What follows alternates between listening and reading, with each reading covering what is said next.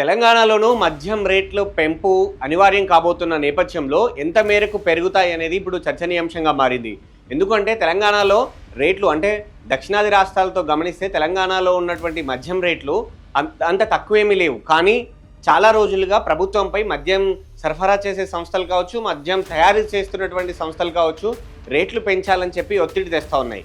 అయితే ఇప్పుడు ప్రస్తుతం ఉన్నటువంటి విధానం ప్రకారం మద్యం తయారు చేసే కంపెనీలు ఒక రేటుకు మద్యాన్ని ప్రభుత్వానికి సంబంధించినటువంటి కార్పొరేషన్ ద్వారా ఇటు అమ్మకాలు చేస్తూ ఉన్నారు. సో అయితే ప్రభుత్వం తమకు ఇచ్చేటువంటి రేటు గిట్టుబాటు కావట్లేదు కాబట్టి రేట్లు పెంచాలి తమకు అని ప్రభుత్వాన్ని చాలా రోజులుగా సంస్థలు కోరుతూ ఉన్నాయి. కానీ ప్రభుత్వం ఆ పెంచాల్సినటువంటి అమౌంట్ ఏదైతే ఉందో అది ప్రభుత్వం భరించకుండా అది ప్రతిసారి వినియోగదారుల మీదకి మాత్రమే పెంచి దాన్ని అటు కంపెనీలకు భర్తీ చేస్తూ వస్తుంది. కానీ అత్యంత తక్కువకు ప్రభుత్వం మద్యం కొంటూ అత్యధిక రేట్లకు ప్రజలకు అమ్ముతున్నటువంటి ప్రభుత్వం ఈసారి కూడా ప్రజలపైనే భారం వేసే విధంగానే అడుగులు వేస్తున్నట్టుగా తెలుస్తోంది. అయితే ఇప్పుడున్నటువంటి రేట్ల ప్రకారం చూస్తే పక్కనున్నటువంటి ఆంధ్రప్రదేశ్ రాష్ట్రానికి తెలంగాణ రాష్ట్రానికి తేడా చూస్తే కేవలం ఒక 10 రూపాయలు మాత్రమే బాటిల్పై ఎక్కువగా ఉంది ఆంధ్రప్రదేశ్లో. సో ఇప్పుడు ఇక్కడ రేట్లను కనీసం 10 నుంచి 15% పెంచాలి. ఎందుకు అంటే ముడి సరుకుల రేట్లు పెరిగాయి. అలాగే హార్మోజ్ అంటే ఇరాన్ అమెరికాకు సంబంధించినటువంటి యుద్ధం కారణంగా గ్యాస్ సరఫరా తగ్గింది. సో గ్యాస్ రేట్లు కూడా పెరిగాయి కాబట్టి వచ్చినది తక్కువగా వస్తున్నటువంటి గ్యాస్కు కూడా అత్యధిక రేటు కొనాల్సి వస్తుంది. కాబట్టి ఇవన్నిటిని దృష్టిలో ఉంచుకొని తక్కువలో తక్కువగా 10 నుంచి 15% రేట్లు పెంచాలి అని చెప్పి మద్యం సంస్థలు ప్రభుత్వాన్ని కోరుతూ ఉన్నాయి. ఈ నేపథ్యంలో చాలా రోజులుగా ఇటు ఎక్సైజ్కి సంబంధించినటువంటి అధికారులు ఇటు ప్రభుత్వంతో పాటు అలాగే మద్యం సరఫరా కావచ్చు, అలాగే మద్యం తయారు చేస్తున్నటువంటి కంపెనీల ప్రతినిధులతో అసోసియేషన్లతో మాట్లాడుతూ ఉన్నారు.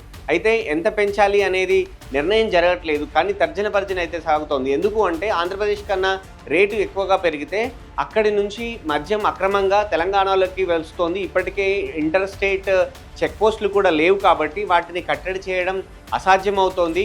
సో అలాంటప్పుడు తెలంగాణలో మద్యం ఏదైతే అమ్మకాలు సాగుతూ ఉన్నాయో అవి తెలంగాణ రాష్ట్ర ప్రభుత్వ ఆదాయానికి గండిపడుతోంది. కాబట్టి దాన్ని ఏం చేయాలని ఆలోచిస్తున్నటువంటి తరుణంలో తాజాగా కర్ణాటక రాష్ట్రంలోనూ కూడా అక్కడి ప్రభుత్వం చాలా కీలకమైనటువంటి నిర్ణయం తీసుకుంది. అక్కడ బీర్ల రేట్లను కర్ణాటక ప్రభుత్వం తగ్గించింది.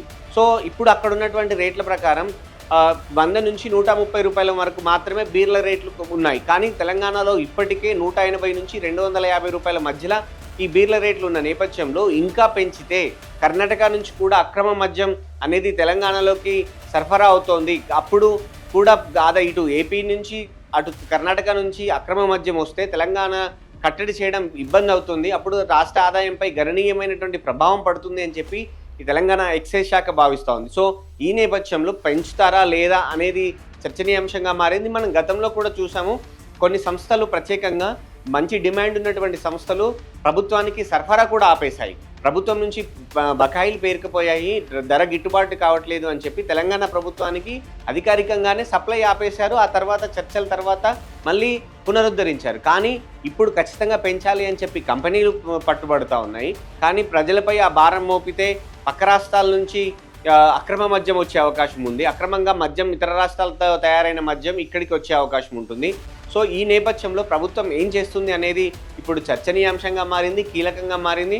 సో ఎక్సైజ్ శాఖ కూడా దీనిపై ఒక నిర్ణయం తీసుకునే అవకాశం లేదు. కానీ ప్రభుత్వానికి అంటే సీఎం స్థాయిలో నిర్ణయం జరిగే అవకాశాలు ఎక్కువగా ఉన్నాయి. సో సీఎం ఈ రేట్ల పెంపుకు సంబంధించి ఎలాంటి నిర్ణయం తీసుకుంటారనేది ఇప్పుడు చర్చనీయాంశంగా మారింది. మరో వారం లేదా 10 రోజుల్లో ఈ మద్యం ధరలు పెంచుతారా, పెంచితే ఎంత పెంచుతారు, లేదంటే బీర్ల రేట్లు తగ్గించి ఇతర మద్యం రేట్లను పెంచుతారా అనే ఇట్లాంటి రకరకాలటువంటి చర్చలు అయితే సాగుతూ ఉన్నాయి. ఒక వారం 10 రోజుల్లో దీనికి సంబంధించి ఒక నిర్ణయం ఉండే అవకాశం అయితే కనపడుతుంది.